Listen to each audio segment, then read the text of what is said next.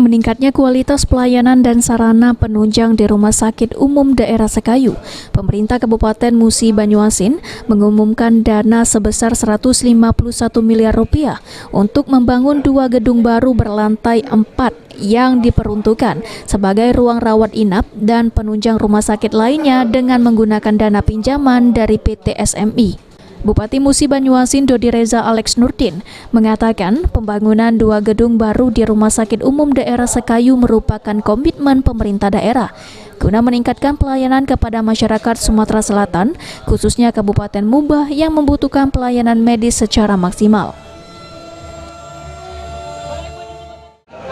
151 miliar ya, sumber anggaran dari dana APBD Kabupaten Musi Banyuasin yang mendapat fasilitas pembiayaan dari PT SMI. Dan pengawasannya Pak, kita gandeng sih. Untuk apa? Ini adalah pengembangan dari fasilitas Rumah Sakit Umum Daerah Sekayu.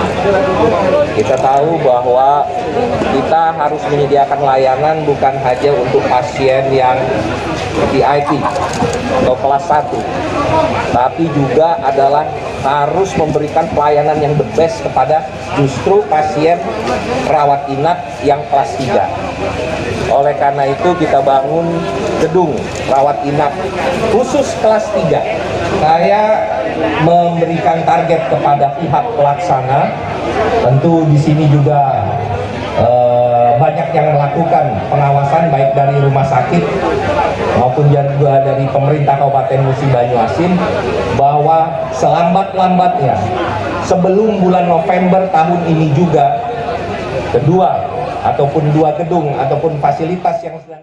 Saat ini kebutuhan pelayanan medis terus meningkat, bukan hanya pelayanan VIP, tetapi juga pelayanan kelas 3 perlu ditingkatkan. Untuk itulah pemerintah Kabupaten Muba akan terus menjadikan RSUD Sekayu sebagai rumah sakit yang memiliki bertaraf internasional dan pelayanan nomor 1 terbaik di Sumatera Selatan.